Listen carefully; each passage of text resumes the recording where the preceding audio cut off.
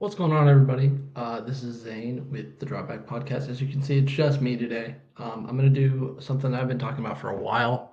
I'm going to do just a little in-depth thing on Cam Ward. So I'm going to pull up some highlights and just talk about Cam Ward because I think he's an amazing prospect. Personally, he's my quarterback one this year, and yeah, no, I just think he's a great prospect, and I think whatever team, probably the Giants right now is what it's looking like with the draft order, I believe, will end up getting him.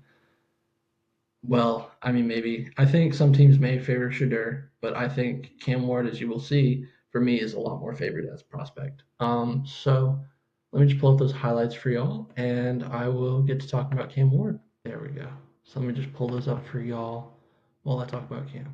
So personally, for me, Cam Ward, he reminds me a lot of Jordan Love coming out because he makes those like highlight reel throws and then will proceed to do what I call the Brett Favre, because obviously Jordan Love, and then throw that pick that's like really stupid. So I have like a bunch of good plays and then a bunch of like weird plays in there too. And that's like it's kind of my con with him right now, right?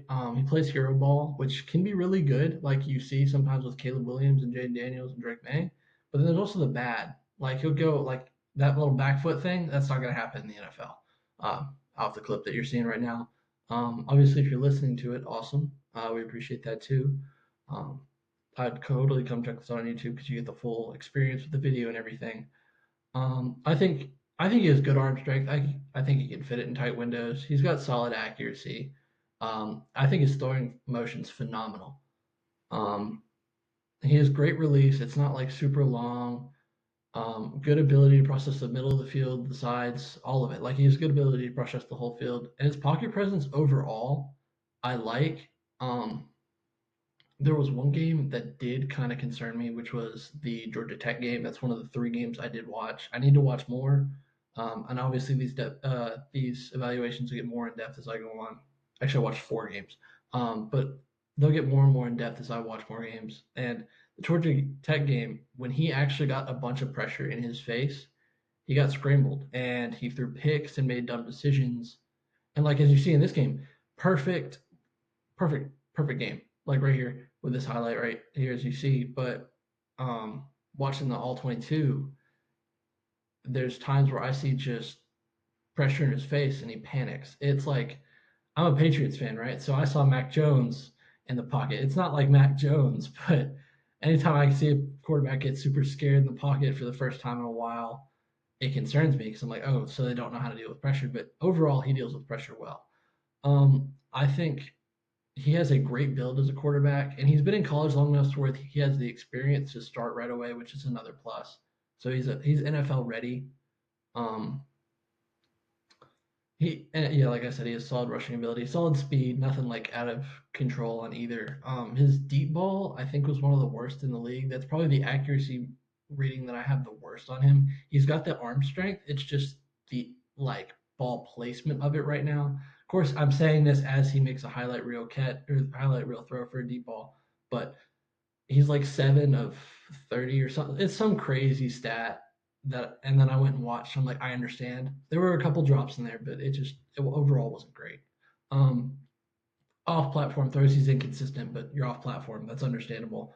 Um, I really do like him as a prospect, and I think he will end up in a great system if he goes to the team I want, which is the Giants. I think that's just his best spot.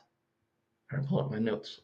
Um, Best spot for him. I think just the scheme fit currently, if Dable is still there, would be perfect. Let's see. I've also seen some people comp him to like Zach Wilson and like stuff like that, and I don't see that personally. I think he's a much better prospect on all levels. Um, he knows what he's doing, and he's developed every year. He's gotten statistically better. He's gotten just mentally better, which we saw with Jaden last year, which I do love seeing out of a quarterback is development because it shows they know how to process everything and it shows that they're willing to improve. Um, let's see. I do see some things on his footwork sometimes where it's just like you can tell it's still college footwork. And the last like little knock I have on him is his ball security. He's fumbled 31 times since 2021. Guaranteed that's gotten better, and like better is in like less and less every year, but it's still concerning. Um, he's not elite when it comes to his arm strength, but it's not like Josh Allen, but it's like you're getting a guy that's gonna have a good arm. Mechanics sometimes, like I said, with his footwork, it's definitely on the deep ball. I notice it. It's just not where it needs to be, and I think that's why his passes are off on his deep ball. And we're about to see one here probably. Yeah. Good little throw, just perfect open route. But he's definitely a dual threat quarterback who will be a solid starter for a team. I think he has true upside, and I like him a little more than Shedeur. I've only watched a little bit of Shedeur. He will be my next quarterback, but he's probably my only other quarterback I'm going to do, just because this class is very lackluster. I might end up doing a third, maybe a fourth, just later on, though. Let's see. Yeah, that's pretty much all I have on Cam Ward. I love him as a prospect. I really do. Um, stuff like that's not going to cut it in the NFL because that's not going to get open like that. But that was a phenomenal throw off his back foot. Yeah, that's one of those moments that you see and you love. These are just the highlights, though. Obviously, there's some bad plays in there too. I do want to mention his tight release on the intermediate routes. Okay, perfect timing. Intermediate routes is just phenomenal. He knows how to read the middle of a defense just so well, and of course it pops up right there. So a little perfect timing for you. Um, but yeah, he's a leader as well, which I do like for his team. His poise is unmatched. I think they should have made the college football playoffs, and like I think he did well enough. But in the Georgia Tech game, like I mentioned, that game kind of cost them their chances, especially when he got pressured. So what I need to see out of him to be like 100% on him as a prospect, I need to see him develop more under pressure, like true pressure. When he gets a bunch of guys in his face, is he going to be able to make the throws, or is he going to be able to make the decision to throw the ball away, or just take the sack? Because I saw picks, I saw fumbles. Just it wasn't pretty, but also I still see a lot of the good in him, to where I'm like, okay, it'll be okay. Especially if he's got a guy like Neighbors or Bowers, which are the two top teams that need quarterbacks, the Raiders and Giants. Raiders did win this week though, so obviously they'd have to trade up. But yeah, I think he's such a good prospect, and I'm excited to see more out of him as the year goes on.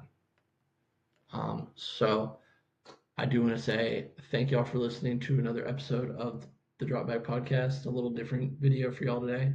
Be sure wherever you are listening to leave a like, follow, subscribe, or a comment. We always appreciate it. If y'all disagree with any takes or anything, let us know down in the comment below. All right. Tune in the next one. Peace out.